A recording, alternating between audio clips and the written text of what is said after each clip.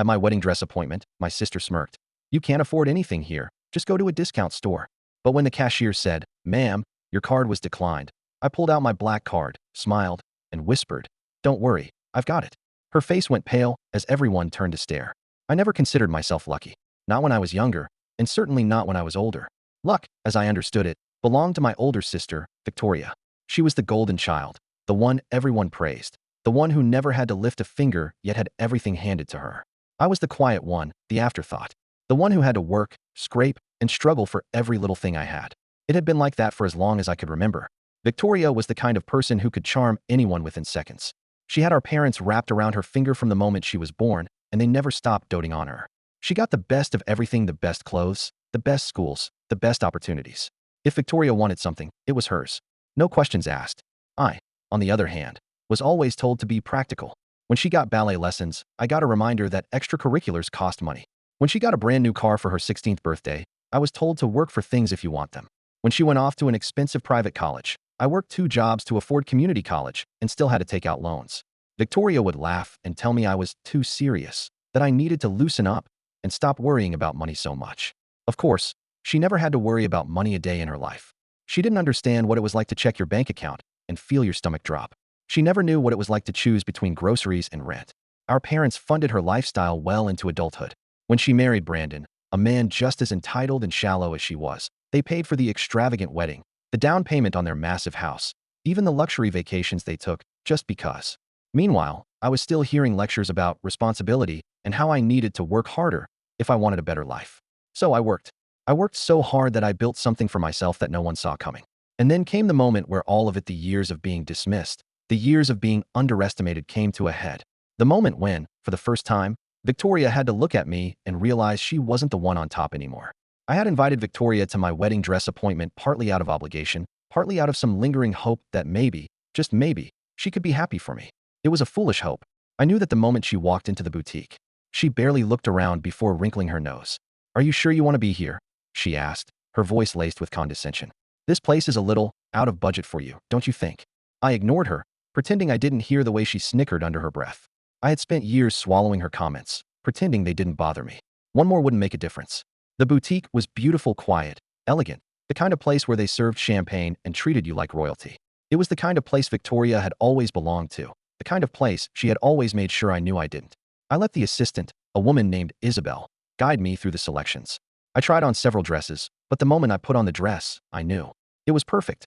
The lace, the beading, the way it fit my body like it had been made just for me. For the first time, standing there in front of the mirror, I felt like I was exactly where I was supposed to be. My best friend, Nina, gasped, "Oh my God, Mira, it's stunning." My mother's eyes welled up with tears. "You look beautiful, sweetheart." And then Victoria let out a scoff. "Yeah, it's nice," she said, tilting her head. "But do you really want to fall in love with something you can't afford?" The boutique went silent. I felt the air shift, felt Nina stiffen beside me, felt Isabel glance between us awkwardly. I turned to Victoria slowly. "What?" She gave me a pitying smile, the same one she had given me my entire life. "I mean, let's be real, Mira. You don't exactly have the budget for this place. Why don't we just go somewhere more reasonable?" I didn't say anything. I just stared at her. And then she did something that surprised even me. She walked up to the cashier, pulled out her credit card with a flourish, and said, loud enough for everyone to hear, "You know what? I'll cover it. Consider it my gift to you. I know this is probably way out of your price range, and I'd hate for you to feel embarrassed." It was a performance. She wanted to humiliate me, to remind me of my place. She wanted the entire boutique to see her as the generous sister, the one swooping in to save the struggling bride. I could see Nina vibrating with barely contained rage. I could see my mother shifting uncomfortably. I said nothing. I just watched as the cashier took her card, ran it through the system, and then beep. "Ma'am," the cashier said politely, "your card has been declined." Victoria frowned. "What?" The cashier tried again. Same result. Victoria's face turned red. She let out a nervous laugh, glancing around. That's not right. Try it again." The cashier gave her an apologetic look. "Do you have another card, ma'am?" Victoria's hands clenched around her purse. "No. She stopped, her voice trailing off as the reality of the moment sank in. The boutique was silent. Everyone was watching. And then, slowly, I stepped forward. I reached into my bag, pulled out my black Amex, and handed it to the cashier. "Don't worry," I said softly. "I've got it." Victoria's head snapped toward me, her eyes wide. The cashier processed the payment in seconds. "Thank you, Miss Mira. Would you like it delivered or boxed today?" Victoria was frozen. She didn't speak. She didn't move. For the first time in my entire life, she looked at me and truly saw me. And I saw something I had never seen in her before. Fear. Victoria was still standing there, motionless, as if the entire boutique had suddenly turned into a foreign place she no longer understood. I could see the way her mind was working, scrambling for an explanation, an escape, anything to make this moment less humiliating. My mother was staring at me too. Not with anger, not with pride, just shock. The same shock I had seen on her face a few times before, on the rare occasions when I did something unexpected. When I graduated with honors. When I bought my first apartment. When she realized, despite all the years of treating me as the lesser daughter, that I had built something for myself without their help. And then there was Nina, standing beside me, her lips twitching in barely concealed satisfaction. The weight of the silence was unbearable. Victoria finally moved. She let out a forced laugh, a sound so thin and brittle I almost felt sorry for her. Wow, she said, smoothing down the front of her designer blouse. I think Brandon must have been using that card earlier. You know how he is, always making big purchases without telling me. I have another account, but I left that card at home. I didn't say anything. She was lying. I could hear it in the way her voice wavered. I could see it in the way she shifted her weight, in the way her hands gripped the strap of her purse just a little too tightly. Victoria wasn't the type to leave a backup card at home. She wasn't the type to let someone else make big purchases without her knowing. The Victoria I knew checked her balance compulsively, made sure everything she owned was always within reach. And yet, here she was, stuck. That's too bad, I said, keeping my voice light, polite. But don't worry about it. I already covered the dress. Her lips parted slightly, like she wanted to argue. But she didn't. Because what could she say? Victoria had spent years making sure everyone believed she was untouchable, the successful one, the wealthy one, the sister who had everything while I had nothing. And now, in front of all these people, she had just been proven wrong. She swallowed hard. Right? Well, thank you. I suppose I should be the one saying congratulations, huh?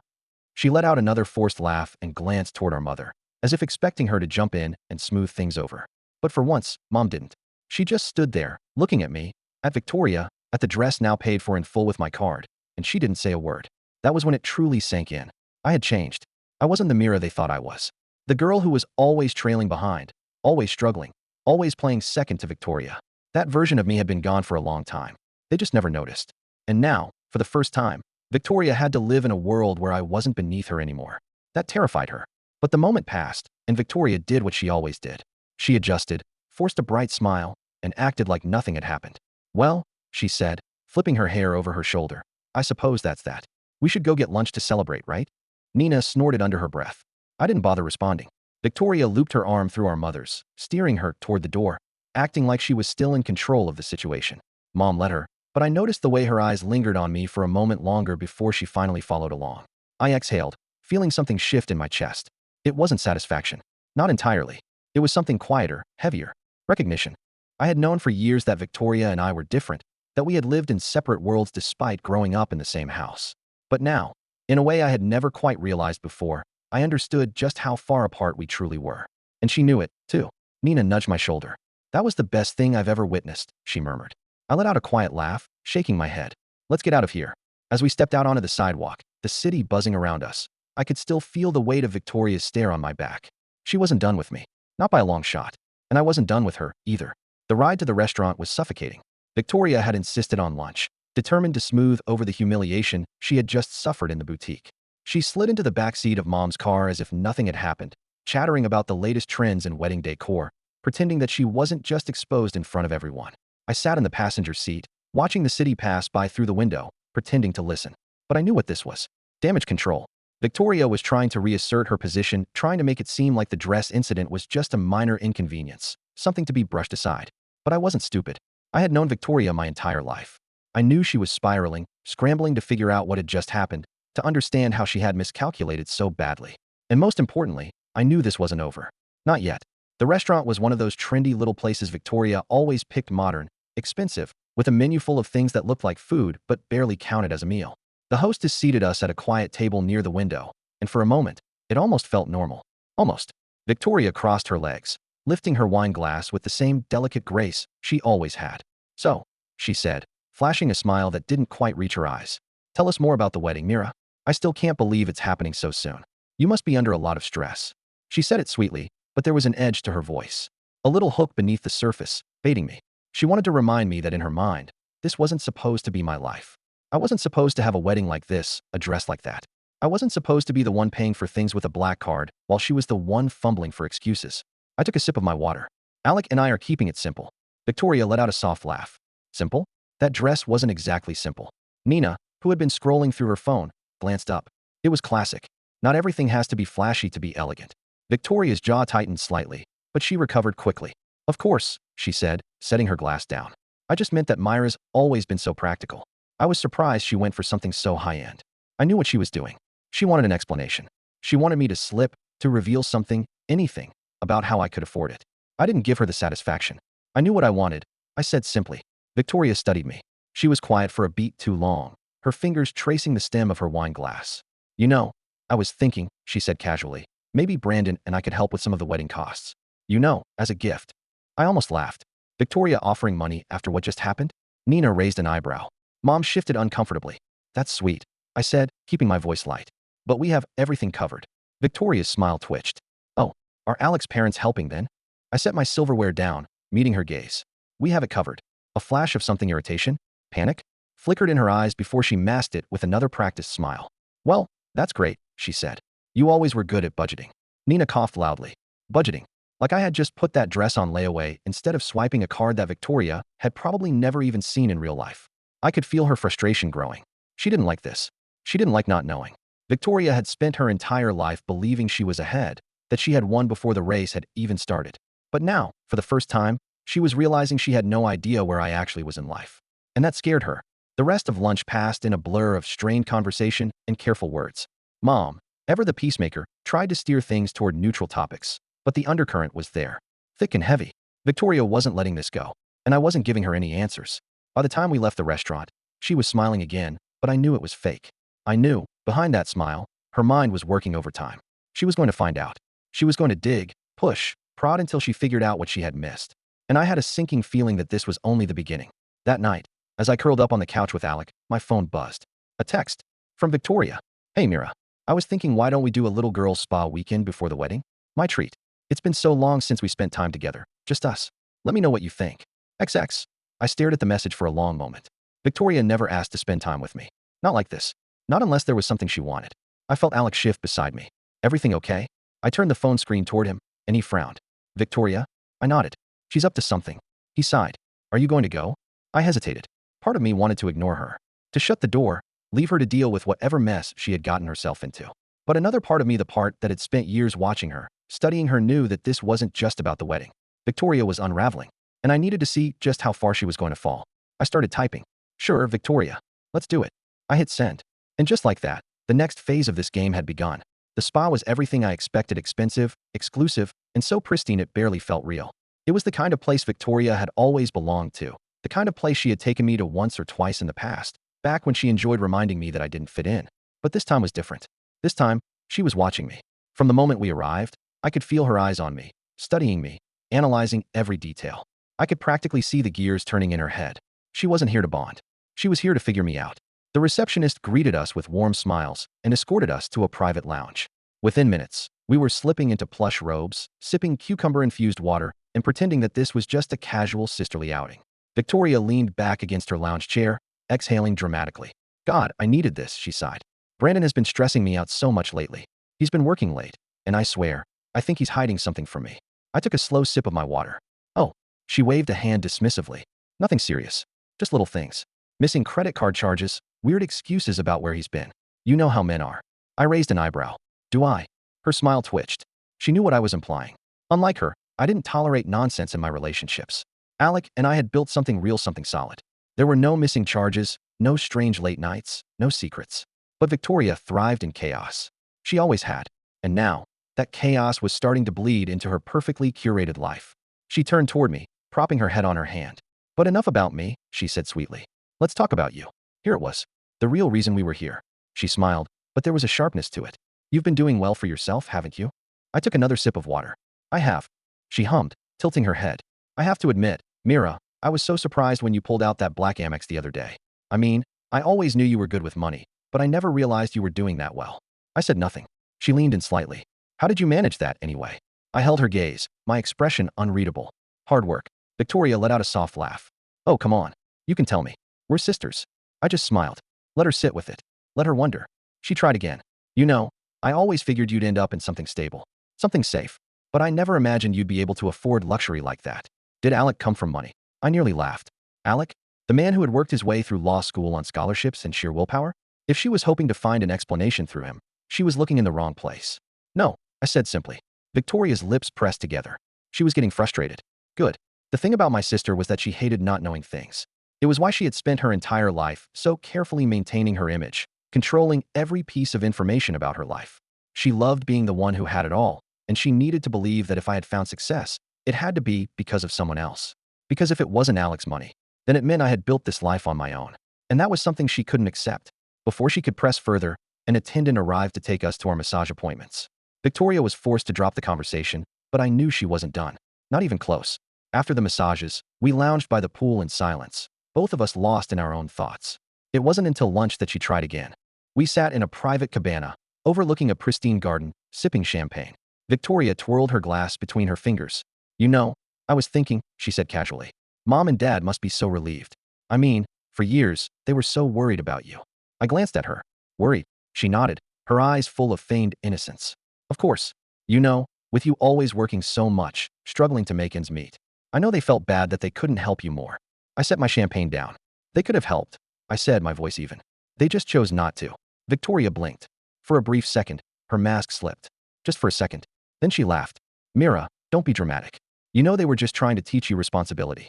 I tilted my head. And yet, you never had to learn that lesson. Her lips parted slightly, as if she wasn't sure how to respond. I leaned forward. Tell me something, Victoria. What do you think would have happened if I had needed them? If I had actually failed? She didn't answer. Because she knew. They wouldn't have cared. Not really. They would have shaken their heads, sighed about how some people just aren't meant to succeed, and kept on spoiling her while I scraped by. And now here I was, thriving. Without them. Victoria's fingers tightened around her glass. She let out a forced laugh. Well, I guess it all worked out in the end, didn't it?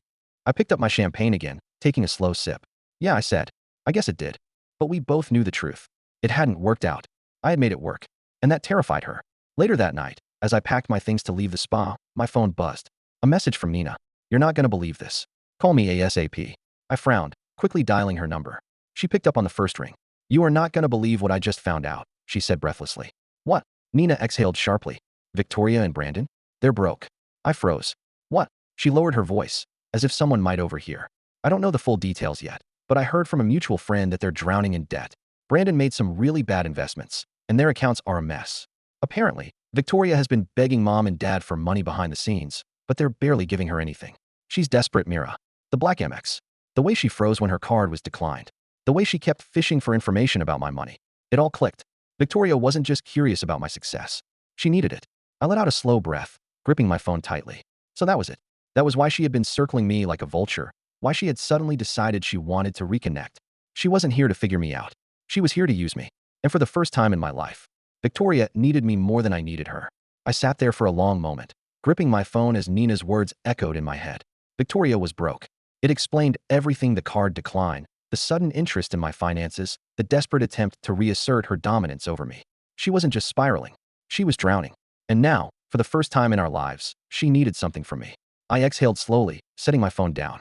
I could feel something shifting inside me, a deep, quiet satisfaction settling in my bones. This wasn't just an opportunity. This was poetic. For the next few weeks, I let Victoria think she was winning. I answered her texts, let her take me out for coffee, entertained her sudden interest in my life. I watched as she probed, looking for openings, waiting for the right moment to pounce. She needed money. She just didn't know how to ask for it. So I made it easy for her. I let little things slip: mentions of big projects, hints about new investments.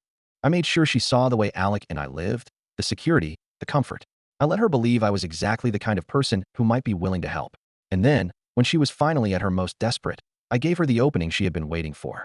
At dinner one night, I sighed dramatically, setting down my fork. Honestly, I've been looking for something new to do with my money, I mused. Alec and I were considering investing in something big, but we haven't found the right opportunity yet. Victoria's eyes lit up. Hook, line, sinker. A week later, she invited me to lunch alone. I knew what was coming before I even sat down. Victoria had perfected the art of looking composed, but I could see the cracks now. The barely concealed worry. The way her nails tapped anxiously against the stem of her wine glass. She wasn't in control anymore. She was cornered. She took a careful sip of her drink before leaning in, her voice smooth and casual. Mira, I've been thinking. You know how I've always had an eye for business, right? I bit back a laugh. An eye for spending, maybe. But I nodded, playing along. She smiled. Well, I have this incredible opportunity. Brandon and I have been working on a project, something with huge potential. We just need a little financial push to really get it off the ground. And there it was. She wanted my money. I tilted my head, feigning curiosity. Oh, what kind of project? She hesitated just for a second before launching into a rehearsed speech about a real estate venture, throwing around vague terms like high-yield returns and exclusive properties. It was the kind of nonsense someone desperate would say, hoping to impress a person with real money. She had no plan, no business, no investment, just a pile of debt and a sinking ship. And she wanted me to save her. How much are you looking for? I asked, keeping my expression unreadable. She smiled too wide, too eager. Oh, just a small investment. 100,000 maybe? Just to get things moving. But you'd get triple that in returns, of course. I stared at her. She had some nerve. For years, she had looked down on me. She had laughed at my struggles, mocked my choices, belittled me at every opportunity. And now? Now, she was begging for a handout. I could feel the heat of revenge curling in my chest, but I kept my voice calm, polite. I don't know, Victoria, I said, tilting my head. It seems risky. Her smile faltered. Of course, there's always risk, she said quickly. But with your resources, it wouldn't even be a big deal. And we're family. Family. That's rich. I set my napkin down and leaned in slightly. You know, I said, keeping my voice soft. I remember when I really needed help. Victoria blinked. When I was struggling, trying to find my footing, and I reached out to you. Do you remember what you said to me? Silence. I leaned back, mimicking the smirk she had worn that day in the boutique. You told me I should go to a discount store. Her face went pale. Mira, that was, I held up a hand. Don't worry, Victoria, I said sweetly. I understand now. Her mouth opened slightly, as if she wanted to argue, but she had nothing. No power. No leverage. Just desperation. I stood up, grabbing my purse. I really hope you find what you're looking for, I said. But I'm not your solution. And with that, I walked away. Victoria tried calling me the next day. Then the day after that. I ignored her. A week later, Mom called, her voice full of forced politeness. Your sister is having a hard time, Mira, she said carefully. Maybe you could help her out? I let out a soft laugh. Oh, like how she helped me. Mom sighed. This isn't about the past. Maybe not for you, I said. But it is for me. Mom didn't push after that. A few months later, word got around that Victoria and Brandon had downsized, sold their house, traded in their cars. Their social circle started shrinking. The invitations stopped coming. She was learning what it felt like to be on the outside, just like she had once forced me to feel. And the best part? I didn't have to do anything. I didn't take her money. I didn't sabotage her. I didn't humiliate her in public. I just let her fail. Because without all the smoke and mirrors, without the luxury and the fake status, Victoria had nothing. 1 year later, Alec and I got married in a stunning ceremony fully paid for by us. Victoria was there, of course, but she wasn't Victoria anymore. She was quieter, smaller, a shadow of the woman she used to be. She didn't say much to me that day, but as I stood there in my perfect wedding dress, surrounded by love, by people who truly mattered, she watched me, and I saw it in her eyes. Regret. She had spent her life looking down on me, believing she would always be ahead. But now, she knew the truth, and she would have to live with that. Every single day. And that, my friends, is how karma works.